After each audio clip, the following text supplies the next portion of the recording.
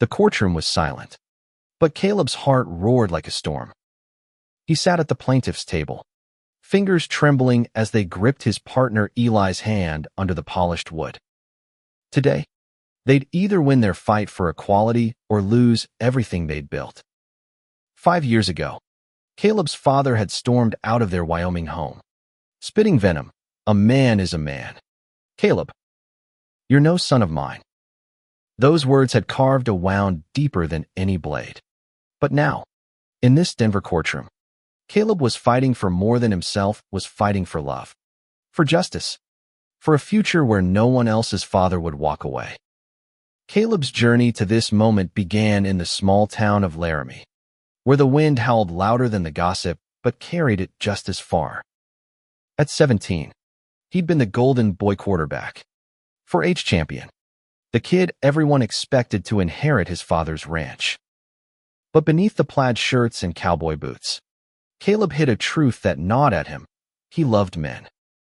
Not just any man, but Eli, the quiet artist who'd moved to town from Seattle, with paint-stained fingers and a smile that made Caleb's chest ache. Their first kiss, stolen behind the barn under a sky bruised with stars, felt like freedom until Caleb's father caught them. John Hartwell was a man of iron and tradition, raised on the unforgiving plains where weakness was a sin. "You're confused," he'd growled, his voice low and dangerous. "Fix this, or you're out." Caleb tried to explain, his voice cracking. But John's final words, "A man is a man," slammed the door shut. By morning, Caleb was gone, his duffel bag stuffed with clothes and a heart full of shame. He hitchhiked to Denver, where Eli found him a week later, curled up in a bus station, starving but too proud to call home. In Denver, Caleb and Eli built a life from scraps. Eli worked as a barista while selling his paintings on the side. Caleb took night shifts at a warehouse, his hands calloused but his spirit unbroken. They shared a one-bedroom apartment with peeling paint and a leaky faucet, but it was theirs. Love was their rebellion, a quiet defiance against a world that often looked away. Yet the world wasn't done testing them. When Colorado's marriage equality laws faced a challenge in 2020, Caleb and Eli found themselves at the heart of a legal battle. A conservative group had sued to overturn same-sex marriage protections, claiming they violated traditional values. Caleb, now 22, and Eli, 23, became plaintiffs in a case that could redefine their future. The courtroom was a battleground of ideals. Caleb's lawyer, a fierce woman named Maria Alvarez, argued with fire in her voice, citing precedent and human rights. The opposing counsel, a slick attorney from a national firm, leaned on biblical quotes and slippery slopes. Caleb felt every word like a punch, but Eli's hand in his was an anchor. They weren't just fighting for themselves, but for every kid like Caleb, whose parents turned away, and every couple like them, who dared to love in a world that sometimes hated them for it. As the judge called a recess, Caleb's mind drifted to the night before. He and Eli had sat on their tiny balcony, sharing a bottle of cheap wine. "What if we lose?" Caleb had whispered, fear creeping in.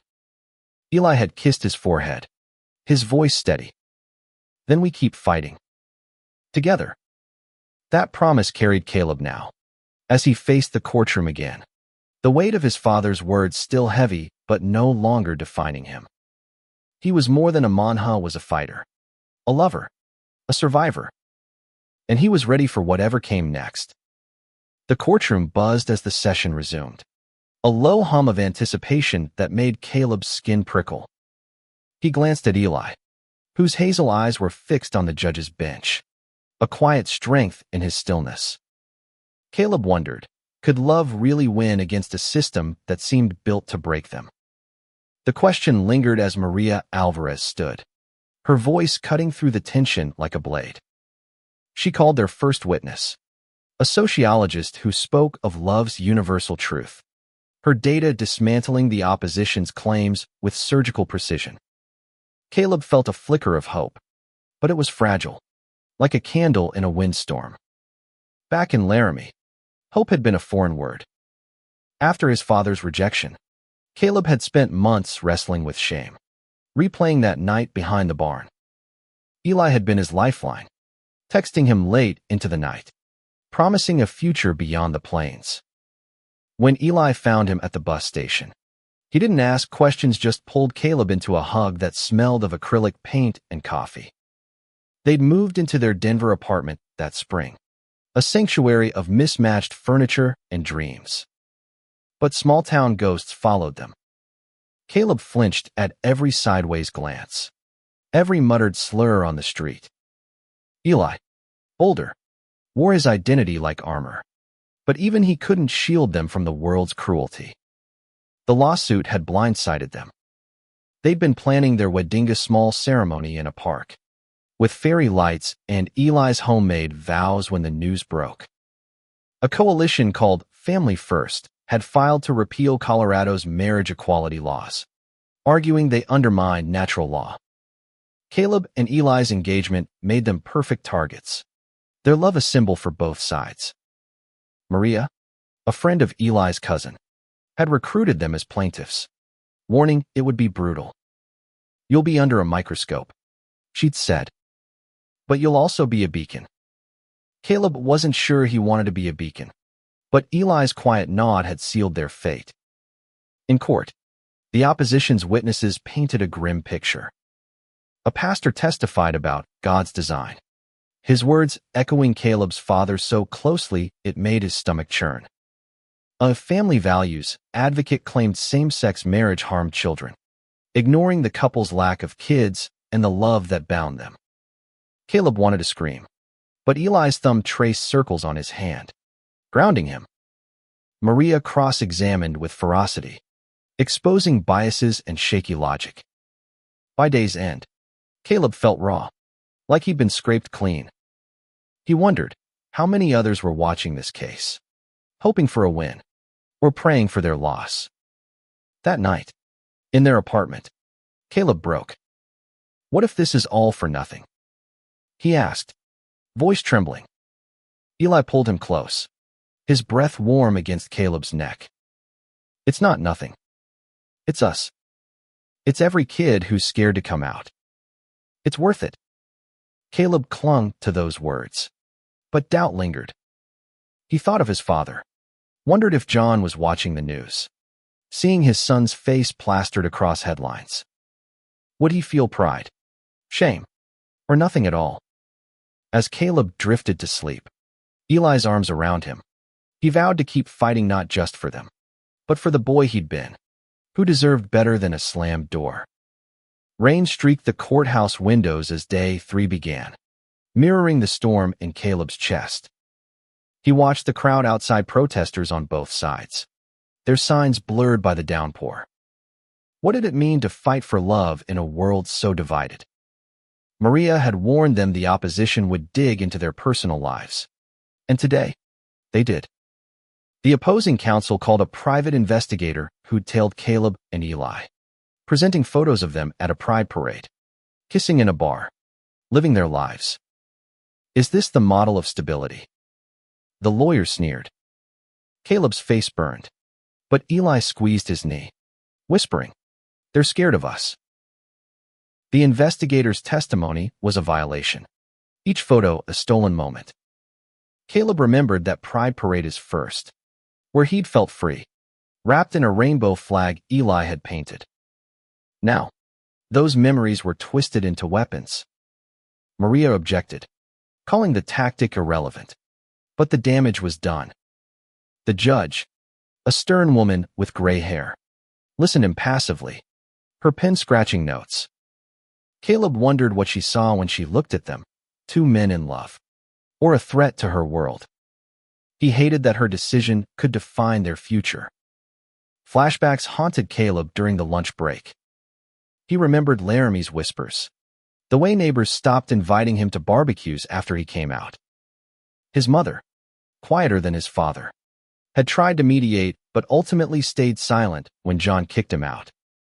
She sent him a birthday card that first year in Denver, with a $20 bill and no note. Caleb kept it in a drawer, a reminder of what he'd lost. Eli, sensing his mood, pulled him into a quiet corner of the courthouse. "You're enough," he said, voice fierce. "You always were." The afternoon brought their allies. A teacher who'd mentored LGBTQ youth testified about the harm of discrimination, her voice breaking as she described kids like Caleb, rejected by their families. A couple who'd been married for a decade shared how legal recognition had given them security. Caleb felt their words like a lifeline, pulling him from despair. But the opposition's final witness, a politician, argued that redefining marriage weakened society. His polished words stung, but Maria's cross-examination exposed his funding from anti-gay groups, earning a murmur from the gallery. As the day ended, Caleb and Eli walked through the rain to their car, umbrellas forgotten. The crowd parted for them, some cheering, others glaring. A young girl, maybe 15, slipped Caleb a note, "You're my hero." He clutched it, tears mixing with the rain. Back home, they cooked dinner in silence, the weight of the trial heavy. Caleb wondered, could they really change hearts? Or were they just shouting into the void? Eli's hand found his, and for a moment, the world felt small, just them, their love, their fight. The fourth day was a crucible. Caleb woke with a knot in his stomach, the weight of the trial pressing harder. What if their love, so fierce and true, wasn't enough to sway the judge? The courtroom felt smaller, the air thick with tension. Maria called Caleb to the stand, and his heart pounded as he swore the oath. The eyes of stranger supporters, opponents, reporters bored into him. He glanced at Eli, whose nod was a silent vow, "We're in this together." Caleb took a breath and began. He spoke of Laramie, of hiding who he was, of the night his father disowned him. His voice shook as he described hitchhiking to Denver, lost and alone, until Eli found him. "Love saved me," he said, looking at Eli. "It's not a sin, it's my strength." The opposing counsel pounced, questioning Caleb's lifestyle choices, twisting his words to paint him as reckless. Maria redirected, letting Caleb share their quiet moments cooking breakfast, painting with Eli, building a home. The jury, silent until now, leaned forward, and Caleb felt a spark of connection. Eli testified next, his voice steady but raw. He spoke of his own coming out, less brutal but still painful, and how meeting Caleb had given him purpose. "We're not here to hurt anyone," he said. "We just want to live." The opposition tried to rattle him, but Eli's calm defiance shone through. By the time he stepped down, Caleb wanted to run to him, to hold him in front of the world. Instead, he sat, hands clenched, as Maria presented their closing arguments, her voice a beacon of hope. Outside, the rain had stopped, leaving a damp chill. Caleb and Eli joined a vigil organized by supporters, candles flickering in the dusk. A trans teenager shared their story, echoing Caleb's pain, and he realized this fight was bigger than them. It was for every kid who felt unwanted, every couple who feared judgment. A reporter asked Caleb how he felt, and he answered honestly, scared, hopeful, angry. The words made headlines, and by night, their faces were trending online, a mix of praise and hate flooding their inboxes. At home, Caleb found the birthday card from his mother, the one with no note. He wondered if she'd seen the news, if she cared. Eli, sensing his mood, pulled him onto the couch. "We're enough," he said again, and Caleb believed him, if only for a moment. As they fell asleep, the trial's outcome loomed, a question mark hanging over their future. Could love really win? Or was it just a dream they dared to believe? The fifth day brought a shift, like the air before a storm breaks. Caleb sat straighter, Eli's hand a steady warmth beside him. What did justice look like in a world that judged their love? The courtroom was packed. The gallery a sea of faces, some hostile, some hopeful. Maria called their final witness, a constitutional scholar who argued that equality was woven into America's fabric, her words sharp and undeniable. The opposition countered with a historian, claiming tradition trumped progress. But his arguments felt hollow, like echoes of a fading era. Caleb's mind wandered to their early days in Denver. He'd been a mess, haunted by his father's voice. But Eli had been patient, teaching him to forgive himself. They'd spent nights talking about dreams Caleb wanted to teach, to help kids like him. Eli wanted his art to tell stories. Those dreams felt fragile now, under the courtroom's glare. The judge's pen scratched endlessly, her face unreadable. Caleb wondered, did she see them as people, or as a case number? The thought made his chest tight. During a break, a supporter handed Caleb a rainbow pin, small but heavy with meaning. He pinned it to his jacket, a quiet act of defiance.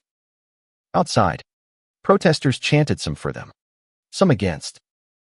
A man shouted slurs, and Caleb flinched. But Eli stood tall, his jaw set. They don't get to define us, he said, and Caleb nodded, though fear lingered. Back in court, Maria's closing statement was a masterpiece, weaving their story into a call for justice. Caleb and Eli aren't asking for special treatment, she said. They're asking to be seen. The opposition's closing was cold, leaning on fear and tradition. Caleb felt the room split, half the gallery nodding, half glaring. As the judge adjourned for deliberation, Caleb's heart raced. He and Eli walked to a nearby diner, where supporters clapped, but the noise felt distant. Over coffee, Caleb admitted, I'm scared we'll lose everything. Eli's eyes softened. We won't lose each other. Those words carried them home, where they sat in silence, the weight of the weight crushing. That night, Caleb dreamed of Laramie off his father's ranch, the endless sky, the boy he'd been. In the dream, John didn't walk away. He listened. Caleb woke with tears on his cheeks, Eli's arms around him. The dream felt like a betrayal, but also a hope one he wasn't ready to name. As dawn broke, they prepared for the verdict, knowing it would change everything, or nothing at all. The wait for the verdict stretched like a lifetime. Caleb and Eli spent it in their apartment, avoiding the news, the internet, the world. What did it mean to hope when the stakes were so high? They cooked breakfast pancakes, Eli's specialty, trying to keep normalcy alive. But the air was heavy, each glance a silent question. What if we lose? Caleb traced the scars of his past, his father's rejection, the years of hiding, and wondered if this fight would heal them or break him further. The sixth day wasn't a court day, but it felt like one. Supporters rallied outside the courthouse, their signs a colorful defiance against the gray sky. Caleb and Eli joined them, holding hands, their presence a statement. A young man approached, eyes nervous, and said, I came out because of you. Caleb's throat tightened. He hadn't realized their story had reached so far. But the hate was there too. Voicemails, threats that made Caleb's hands shake. Eli filtered them, his calm a shield, but Caleb saw the strain in his eyes. Maria called with updates. The judge was deliberating, but leaks suggested a close call. Stay strong, she said, but Caleb heard the worry in her voice. They met her at a coffee shop, where she mapped out possible outcomes. A win would solidify marriage equality in Colorado. A loss could embolden other challenges. Caleb felt the weight of history, of being a symbol when all he wanted was to live. Eli, ever the artist, sketched their hands entwined, a quiet act of creation amid chaos. That night, they attended a fundraiser for their legal fees, hosted by a local LGBTQ center. The room was packed. Activists, allies, couples like them. a drag queen performed, dedicating her song to Caleb and Eli, and the crowd cheered. For a moment, Caleb felt invincible, surrounded by love. But doubt crept in. What if their fight inspired others but cost them everything? He voiced this to Eli, who kissed him fiercely. "We're not just fighting for us," Eli said. "We're fighting for them." As they walked home, Denver's lights glittering, Caleb thought of his father again. He hadn't heard from John in years, but the trial was national news. Was he watching? Did he care? Caleb pushed the thought away, focusing on Eli's hand in his. Tomorrow, they'd face the verdict, win or lose. For now, they had their love, their fight, their fragile, beautiful hope. The seventh day dawned with a verdict. Caleb woke before the alarm, his body taut with dread and hope. Could one judge's decision really hold their future? He and Eli dressed in silence, choosing suits that felt like armor. Outside the courthouse, the crowd was a sea of color rainbow flags, signs reading "Love is love." But across the street, protesters held their own signs, their chants a low growl. Caleb's stomach churned, but Eli's hand steadied him as they walked inside, Maria at their side. The courtroom was electric, every seat filled. The judge entered, her face still unreadable, and Caleb's heart pounded so loud he feared everyone could hear it. She began, her voice steady. "This case is about more than law, it's about humanity." She cited constitutional protections, equality, the pursuit of happiness. Caleb held his breath as she ruled. The challenge to marriage equality was unconstitutional. The law stood. They'd won. The gallery erupted, cheers drowning out the opposition's groans. Caleb turned to Eli, tears streaming, and they kissed, the world fading away. Maria hugged them, her eyes shining. "You did it," she whispered. Outside, supporters mobbed them, cameras flashing. Caleb saw the girl from the vigil, her smile wide, and he hugged her, whispering, "You're enough." The moment felt surreal, like a dream he'd never dared to have. But as the crowd thinned, Caleb's eyes caught a familiar figure across the street, his father, John, standing alone, his face unreadable. Caleb froze, the victory bittersweet. John hadn't spoken to him in years, but there he was, watching. Had he seen the news, followed the trial, come to see his son win? Caleb wanted to run to him, to scream, to beg for understanding. But Eli's hand on his shoulder grounded him. "You don't need him," Eli said softly. "You never did." Caleb nodded, but the ache remained, a scar that would never fully heal. That night, they celebrated with friends, laughter filling their apartment. But Caleb's mind kept drifting to John. Had he changed? Or was he still the man who'd walked away? As Eli pulled him into a dance, music soft in the background, Caleb let the question go. They'd won not just in court, but in life. Their love was their triumph, and no one could take that away. The days after the verdict were a whirlwind. Caleb and Eli's faces were everywhere: news, social media, even a documentary pitch. How did it feel to be a symbol when all they wanted was to be themselves? They planned their wedding with renewed hope, choosing a date in spring, imagining vows under blooming trees.